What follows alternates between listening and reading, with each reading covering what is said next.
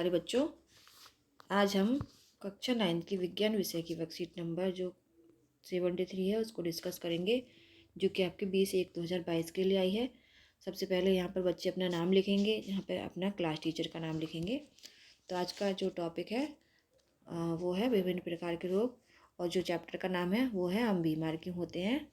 ठीक है बेटा, तो चलिए आज की वर्कशीट स्टार्ट करते हैं।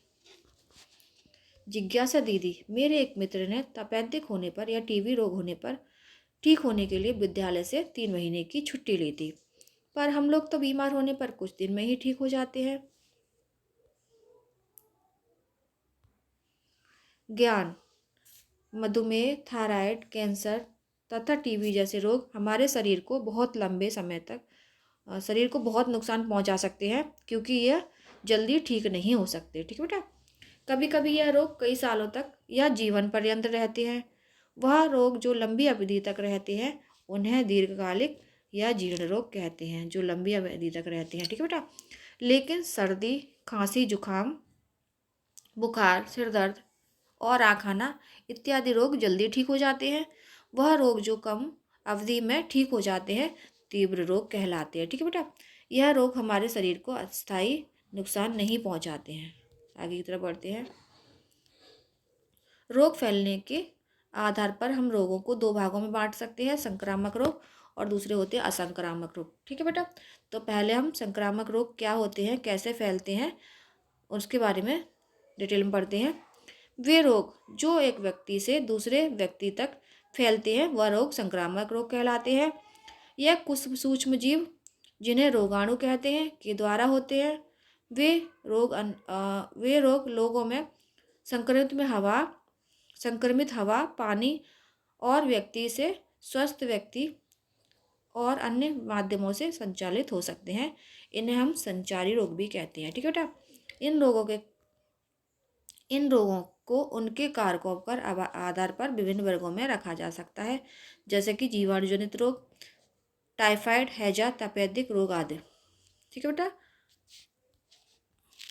जीवाणुओं द्वारा फैलने वाले रोग होते हैं।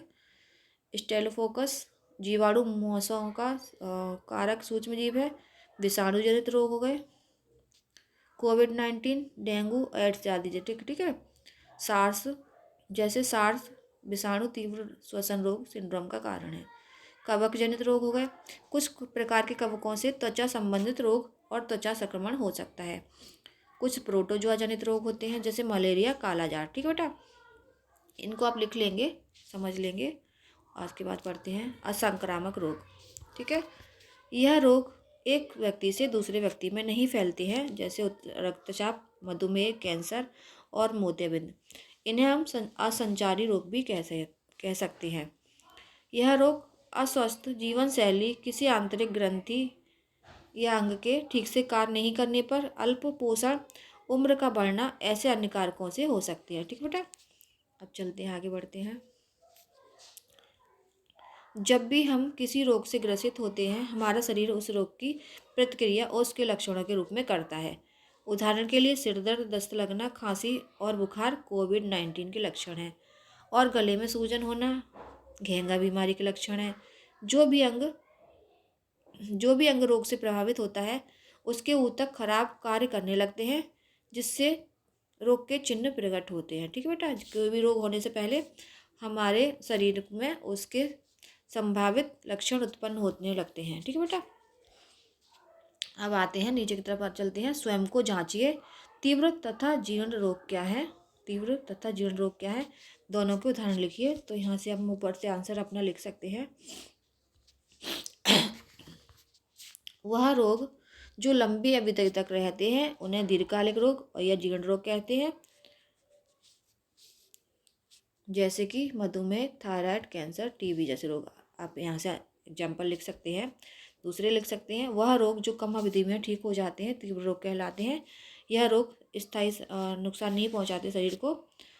ठीक है बेटा, जैसे खांसी, जुकाम, बुखार, सिर दर्द, आँख आना इत्यादि। तो यहाँ से आप आंसर 1 लिख सकते हैं। ठीक है बेटा, आंसर 1 यहाँ से नोट कर सकते हैं आप। क्वेश्चन नंबर 2 देखते हैं। संक्रामक रोग क्या होते हैं या कैसे फैलते हैं? कुछ संक्रामक रोग और उनके कारक सूक्ष्म जीवों के नाम लिखिए। तो बेटा ये यहाँ से लिख सकते हैं संक्रामक रोग, वे रोग जो एक व्यक्ति से दूसरे व्यक्ति तक फैलते हैं संक्रामक रोग कहलाते हैं। ठीक है बेटा। अब ये रोग संक्रमित हवा, पानी, स्वस्थ व्यक्ति से दूसरे व्यक्ति के संपर्क में आने पर इन्हीं माध्यम से संचारित होते हैं, यानी कि फैलते हैं, इनको लिख सकते हैं। और आगे सूक्ष्म जनित रोग लिख सकते हैं जीवाणुजनित, विषाणुजनित, कवकजनित और प्रोटोजोआ जनित। तो ये आपका आंसर 2 हो जाएगा आपका पूरा, यहाँ से यहाँ तक ऊपर से। ठीक है बेटा, ये आंसर 2 हो गया। प्रश्न नंबर 3 देखते हैं, असंक्रामक रोग कैसे कहते हैं, उदाहरण सहित समझाइए। तो असंक्रामक रोग यहाँ से आप लिख सकते हैं असंक्रामक रोग, पहला पॉइंट, दूसरा पॉइंट। ठीक है बेटा, उदाहरण है ये मधुमेह, रक्तचाप और कैंसर और मोतिबिंद। ठीक है बेटा। अगला क्वेश्चन है, क्या कोविड-19 एक तीव्र रोग है, स्पष्ट कीजिए। तो इसके आंसर में लिख सकते हैं हाँ, कोविड-19 एक तीव्र रोग है, क्योंकि कोविड-19 जो होता है वो सर्दी जुकाम जैसी बीमारियों के कारण भी बन सकता है, जो लंबे समय से आपके शरीर के विभिन्न हिस्सों को प्रभावित कर सकता है। ठीक है बेटा। तो इस तरह से आपकी जो आज की वर्कशीट है वो कंप्लीट होती है। उम्मीद है वर्कशीट आपके लिए यूजफुल रही होगी। अगर वीडियो अच्छी लगती है तो वीडियो को लाइक, कमेंट एंड शेयर करिए।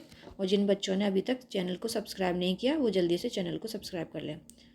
वीडियो देखने के लिए धन्यवाद।